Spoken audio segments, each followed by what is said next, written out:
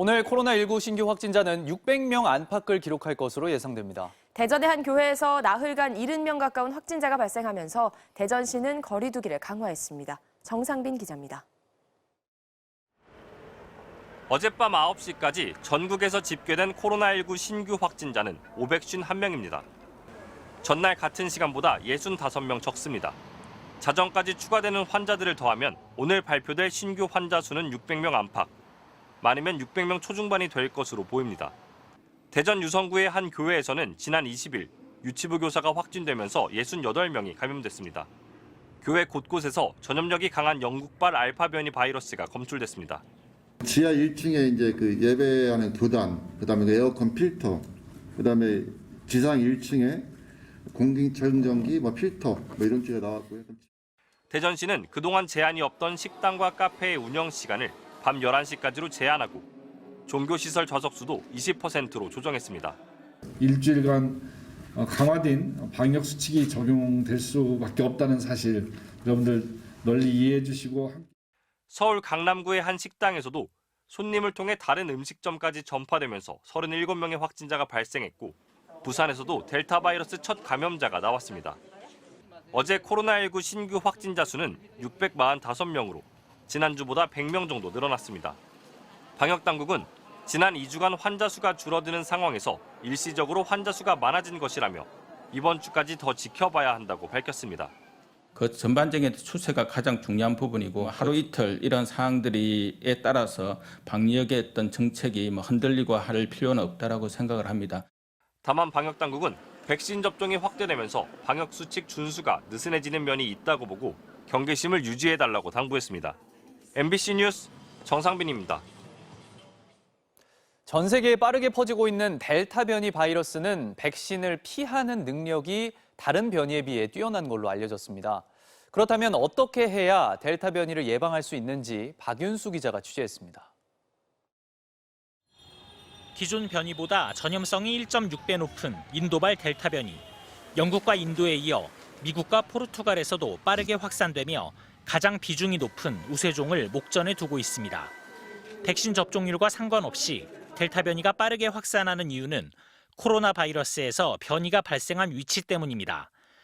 델타 변이는 영국발 알파 변이와 비교해 돌연변이 개수는 절반 수준이지만 코로나 백신이 바이러스를 인식하는 스파이크 단백질의 가장 끝부분이 돌연변이로 미세하게 바뀌었습니다. 이러다 보니 백신이 델타 변이를 제대로 알아채지 못해 백신을 한 번만 맞았을 때는 차단 효과가 33%로 낮게 나타나는 겁니다. 1차 접종에서는 중화항체가가 우리가 기대하는 정도의 높은 수준이 안 얻어져요. 2차 부스팅을 하면 중화항체가가 높게 나오고요. 또 델타 변이에 감염되면 다른 변이보다 통증이 더 심해 입원할 가능성이 2배 더 높아집니다. 델타 변이는 최근 인도에서 더 강한 전염력과 백신 무력화 능력이 우려되는 델타 플러스 변이를 만들어냈습니다. 해답은 백신을 2번 맞는 겁니다. 2차 접종까지 완료하면 예방 효과는 90% 이상 높아지고 입원 가능성은 90% 이상 줄어듭니다.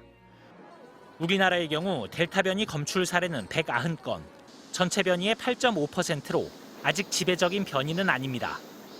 방역당국은 고위험군인 60대 이상의 2차 접종에 속도를 내 의료체계 안에서 관리할 수 있는 수준으로 델타 변이 확산에 대응한다는 방침입니다. 변이 바이러스는 예방 접종 자체가 어느 정도 효과를 보이고 있기 때문에 이중증 환자를 급격하게 증가시키는 요인으로 작용을 할 가능성은 좀 낮지 않는가. 또 1차 접종과 2차 접종 사이 기간에 델타 변이에 감염되지 않도록 더욱 주의해야 한다고 밝혔습니다. MBC 뉴스 박윤수입니다. 최근 미국에서 화이자와 모더나 백신을 맞고 심장에 염증이 발생했다는 보고가 잇따라 나오자 미 보건당국이 백신과의 연관성을 논의했습니다. 미 식품의약국은 이러한 mRNA 백신들이 심장 염증 위험성이 있다는 경고를 추가할 것으로 알려졌습니다. 워싱턴 여홍규 특파원이 보도합니다. 미국 질병통제예방센터 CDC는 예방접종자문위원회 회의를 열어 화이자와 모더나 백신을 맞고 심장에 염증이 발생한 사례에 대해 논의했습니다. 최근 미국에선 mRNA 기반인 화이자와 모더나 백신을 맞고 심근염과 심막염 등 심장에 염증이 발생한 사례가 300건 이상 보고됐습니다. 이에 따라 보건당국이 백신 접종과 심장 염증의 연관성을 파악하기 위해 회의를 연 겁니다. CDC는 백신을 맞은 젊은 층 2천만 명 가운데 300명 정도가 이 같은 증상을 보였다면서 이 정도 수치면 드문 사례에 해당한다고 밝혔습니다. 로셸 월렌스키 CDC 국장은 현재까지의 통계로 볼 때 백신을 접종함으로써 얻는 이익이 심장 염증 등의 위험성보다 훨씬 크다고 생각한다고 말했습니다. 다만 자문위원회 평가 결과가 나오면 공개하겠다고 밝혔습니다. CDC will present details about more than 300 confirmed cases of myocarditis and pericarditis reported to CDC and FDA among the over 20 million adolescents and young adults vaccinated. 이와 함께 미국 식품의약국 FDA는 화이자와 모더나 등 mRNA 백신과 관련해 심근염과 심막염의 위험성에 대한 경고를 추가할 것으로 예상된다고 CNN 방송이 FDA 관계자를 인용해 보도했습니다. 미국 보건당국은 해당 환자들이 대부분 피로와 가슴 통증, 심장 박동 이상 증세 등을 보이다가 약과 휴식 등으로 빠르게 호전됐다고 밝혔습니다. 워싱턴에서 MBC 뉴스 여홍규입니다. 북한 리선권 외무상이 미국과의 대화 가능성을 일축하며 본격적인 힘겨루기에 들어갔습니다. 대북 정책 원칙론을 유지하고 있는 바이든 행정부를 상대로 한 북한의 의도, 박성원 기자가 취재했습니다. 북한이 이틀 연속 미국을 향해 협상 재개 가능성을 일축했습니다. 리선권 북한 외무상은 어제 조선중앙통신을 통해 발표한 담화에서 아까운 시간을 잃는 무의미한 미국과의 그 어떤 접촉과 가능성에 대해서도 생각하지 않고 있다고 밝혔습니다. 김정은 국무위원장이 당 전원회의에서 대화에도 대결에도 다 준비돼 있어야 한다고 한 발언을 백악관이 대화 신호로 인식하자 북한 대외 정책을 담당하는 핵심 인사들이 잇따라 선긋기에 나선 겁니다. 앞서 김여정 북한 노동당 부부장은 꿈보다 해몽이라는 표현을 써가며 잘못 가진 기대는 자신들을 더 실망에 빠뜨리게 될 것이라는 담화를 발표했습니다. 북한이 표면적으로는 강경한 태도를 보이지만 원색적인 비난 없이 수위를 조절하면서 미국의 대화 요구에 본격적으로 반응을 시작했다는 분석이 나옵니다. 대북 정책 원칙론을 견제하고 있는 바이든 대통령을 상대로 대화 진전에 따른 대가를 받아내기 위한 힘겨루기나 몸값 올리기로 보는 시각도 있습니다.